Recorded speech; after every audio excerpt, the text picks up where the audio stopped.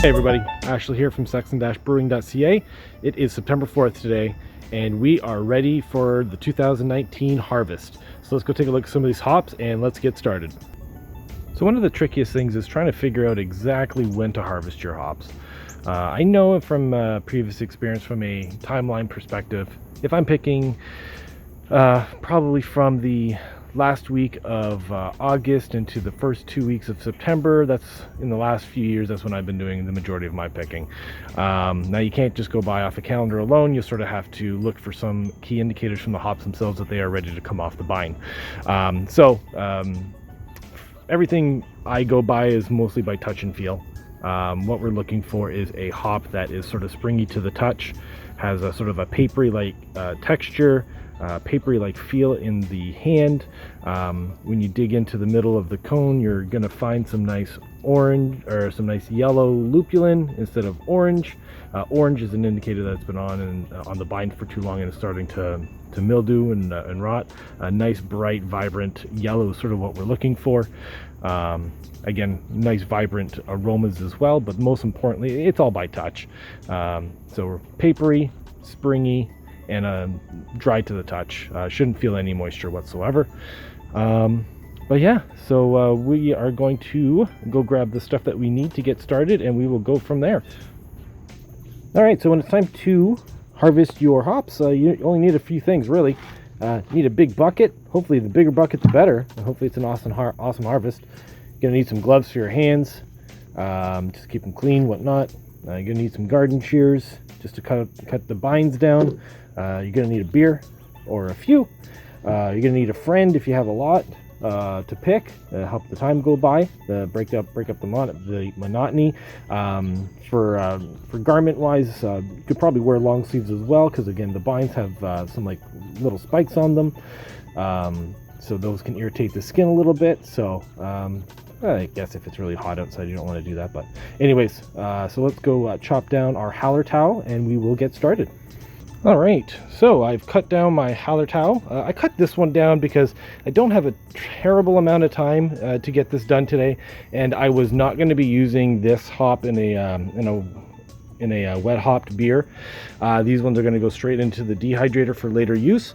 Very important to note, when you do pick these, the moment you cut them off the vine, you're on the clock.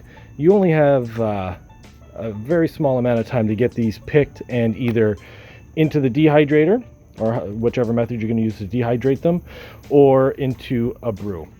These will mold and mildew very quickly, probably within 24 to 48 hours from what I've read, unless they are handled and put away properly.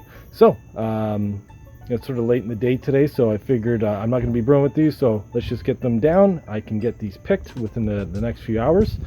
And yeah, but this is the HALLERTAU, so this is the entire plant. It's all bunched up, so it doesn't look like much, but I know that this harvest wasn't going to be as great as the Cascade will. So yeah, let's get into these and start picking, and we'll see how much we get. All right, so we're all done with the picking of the hops. I think all in all, it took me about 2 hours, give or take, with a few starts and stops to get everything picked and cleaned up out back. After everything's said and done and weighed up, I ended up with 1 pound 8 ounces of the HALLERTAU hops. Now that is wet, so of course the final weight after everything's dried out is going to be probably somewhere around 4 ounces, give or take. During the drying process, they lose anywhere from 6 to 8 times their weight in moisture. So we'll see what happens. So my setup for the dehydrating, I have a food dehydrator, which I was able to get the majority of the hops into. It's got 5 or 6 trays. I'm able to dry the hops at 95 degrees Fahrenheit, which in that food dehydrator, which is awesome. I'm also fortunate enough to my oven has a dehydrate option as well, and it goes down to 100 degrees Fahrenheit. So it's very important during the drying process that it doesn't get too hot. Otherwise, you're going to be damaging some of those volatile oils in the hops themselves that lend us all those beautiful flavors, aromas, and whatnot. So that's why the temperature is very important when you're drying out hops. So food dehydrator, 95 degrees, that's the lowest setting it has there, and then in my oven, 100 degrees Fahrenheit is the lowest degree temperature there. So these will probably go for around a day, about 24 hours or so, at which time I will just basically take them out of the oven and the dehydrator, get them into some freezer-friendly Ziploc bags, get all the air tucked out, and in the freezer they will go for future use. So that's the hop picking video right there. So still up to do is the Cascade. So hopefully we'll have some follow-up content based around that, whether or not it's a review video or a brewing video, we'll see. Other than that, I hope you enjoy the video. That'll sort of finish up the set of my 2019 hop harvest, my hop growing season. So hopefully we'll do it again next year for the 2020 season, and we'll see what happens then. So take care, have yourselves a good night, and see you later.